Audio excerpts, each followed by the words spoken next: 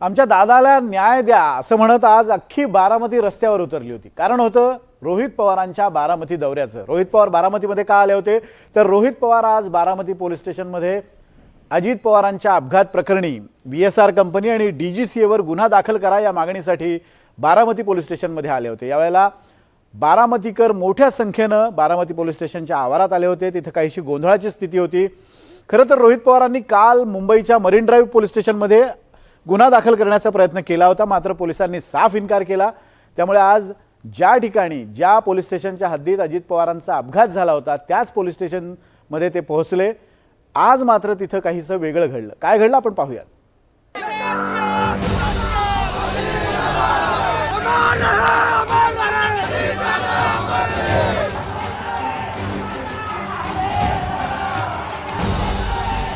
FIR दाखल करा, रोहित पवारांच्या लढ्याचा पार्ट 2 बारामतीत। रोहित पवार, युगेंद्र पवार वकिलांची फौज घेऊन पोहोचले पोलीस स्टेशनला। भावाच्या मृत्यूनंतर राजेंद्र पवारांनीही विचारला जाब। दादांना न्याय द्या, बारामतीकरांची तुफान गर्दी। ज्या बारामतीत अजित दादा कायमचे विसावले त्या बारामतीनं दादांचा मृत्यू कसा झाला आम्हाला कळू द्या, FIR दाखल करून घ्या, हे सांगायला केलेली ही गर्दी। मुंबईत पोलिसांनी अजित पवारांच्या अपघाताप्रकरणी FIR दाखल करायला नकार दिल्यानंतर रोहित पवारांनी बारामती गाठली। त्यावेळी भावाला साथ दिली युगेंद्र पवारांनी। तर पहिल्यांदाच या दोघा भावांबरोबर दिसले ते अजित पवारांचे सख्खे भाऊ राजेंद्र पवार। पवार कुटुंबियांबरोबर होती वकिलांची भली मोठी फौज आणि दादांच्या पाठीमागे भक्कम उभे असलेले बारामतीकर। हा सगळा लवाजमा बारामतीतल्या पोलीस स्टेशनला पोहोचला। रोहित पवार आणि पोलिसांमध्ये तब्बल 1.5 तास चर्चा झाली। पोलीस स्टेशनच्या आत रोहित पवार, वकील आणि पोलिसांची बातचीत काय झाली ती पहा। आमची केस खोटी आहे, फायर खोटा आहे, फायर अर्ज नाही, अर्ज नाही। मला FIR तरी द्या, नाही तर मी खोटा FIR करतो म्हणून माझ्या कारवाई सरकारी कामात आड करायला म्हणून करा। चला आपण CID ला भेटू त्यांच्या इन्व्हेस्टिगेशन साहेब 1 महिना झाला एक स्टेटमेंट पोलीस साहेब 1 महिना झाला एक स्टेटमेंट तरी आले CIDचं। बरं आम्हाला सांगा CID बरोबर तुम्हाला माहित नसेल कोणाला बोलवलं CID नाही। त्याचा रोहित सिंग अमेरिकेत जाऊन आला, तो दिल्लीत येऊन बसला, CID त्याला अजून नाही बोलवलं। VK सिंग जो मालक आहे त्याला अजूनपर्यंत बोलवलं नाही। त्याच्याजवळ मेंटेनन्स करणारा महाराष्ट्रात बसणारा जो त्यांचा माणूस आहे त्यालाही अजून बोलवलं नाही। CCTV बद्दल फक्त इथले गोळा केल्यानं त्यांनी आम्हाला कळालं। त्यानंतर तिथं जो जे 2 येणार होते कॅप्टन पायलट ते अचानक कॅन्सल झाले। का झाले त्यांना अजूनपर्यंत बोलवलं नाही, त्यांना नोटीस नाही। आणि DGCAच्या कोणत्या अधिकाऱ्यांनी मंजुरी दिली याला? आणि हे आमच्या लेवलला आम्हाला कळलेलं माहिती। आता पब्लिकला तर काहीच माहित नाही, आमच्या लोकांना माहित नाही। आम्ही घरचे असू हे 8-8 तास बसतात अधिकारी गव्हर्नमेंट प्रेझेंटेशन दिल्लीत दाखवले, मुंबईत दाखवले, ते मोगम नाही साहेब। आणि ठीक आहे मी प्रेझेंटेशन केलं, चुका केल्या असं मला काउंटर पण केलं। VSR कंपनी जी आहे त्याचे आणि त्या DGCA जी पार्टी आहे त्याचे जे प्रमुख आहेत त्यांचं कमर्शियल रिलेशनशिप आहे। मग म्हणून VSR ला वाचवत आहे। VSR म्हणून वाचवत आहे आणि मग आमचं म्हणणं आहे तुम्ही त्याच्या VSRच्या विरोधात FIR घेत नाही, मग तुम्ही सुद्धा वाचवा। आणि चालू तपास जे सांगताय तुम्ही साहेब त्याच्यामध्ये अँगल कोणता आहे? अपघात आणि टेक्निकल।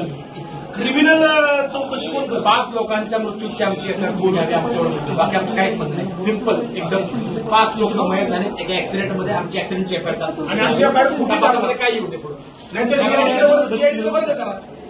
इथं असणाऱ्या प्रत्येक व्यक्तीचं कदाचित तुमचं सुद्धा म्हणणं आहे आम्ही जो FIR दाखल करत आहोत तो जो चुकीचा असेल तर आमच्यावर कारवाई करा। आम्ही लिखित द्यायला तयार आहोत की आम्ही या FIR मध्ये ज्या गोष्टी लिहिल्यात सांगितल्यात त्या जर चुकत असतील तर उद्या आम्ही जेलमध्ये जायला तयार आहोत, आमच्यावर तुम्ही कारवाई करा। पण नाही यांना ते ऐकायचं नाही। कुठंतरी कुठल्या तरी प्रकारचा प्रेशर आहे आणि कोणाला तरी वाचवण्याचा प्रयत्न इथं केला जातो आणि अशा पद्धतीने पोलीस प्रशासन वागत असल्यामुळे हा घातपात आहे का, हा जो प्रश्न आपल्या सर्वांना आणि आम्हाला पडलेला आहे तो कुठंतरी खरा होताना दिसतोय, असंच एवढं आमचं त्या ठिकाणी मत आहे. कारण हे सगळे दादांवर प्रेम करणारे अधिकारी आहेत. आदरणीय दादांनी या सगळ्या अधिकाऱ्यांसाठी खूप काही केलेलं आहे. ही जी इमारत आपण बघतोय ही पण दादांनीच बांधलेली आहे. मग पोलीस हाऊसिंग क्वार्टर्स असतील, अनेक मोठे मोठे इमारत आणि सोयी सुविधा ह्या सगळ्या अधिकाऱ्यांसाठी आदरणीय दादांनी केलेत. ते त्यांच्यासोबत काम करत होते, पण तसं आपल्याला इथं होताना दिसलं नाही.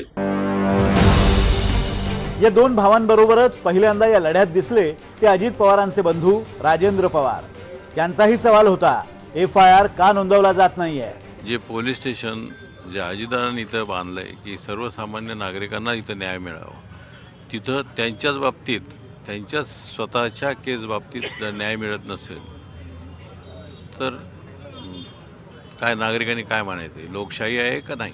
साध्या गोष्टीचे सुद्धा इथं गुन्हे नोंदवले जातात आणि एवढी मोठी घटना इथं घडलेली आहे आणि त्या बाबतीत सुद्धा जर अशा परिस्थितीचं जर वागणं असेल तर मग इथं लोकशाही राहिली आहे का ही शंका आहे.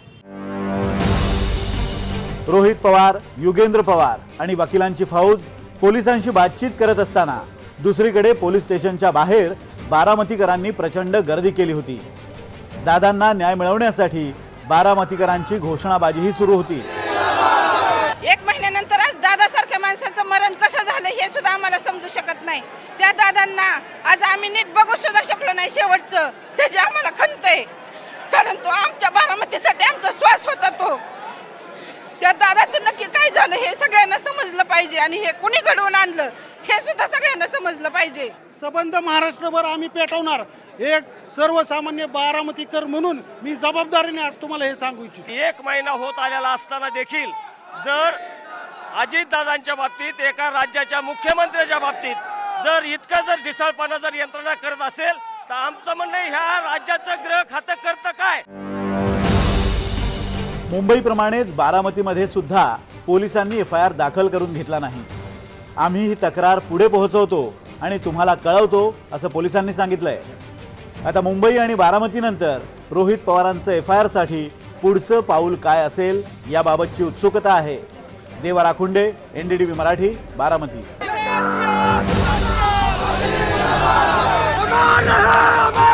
रहे, अमर रहे.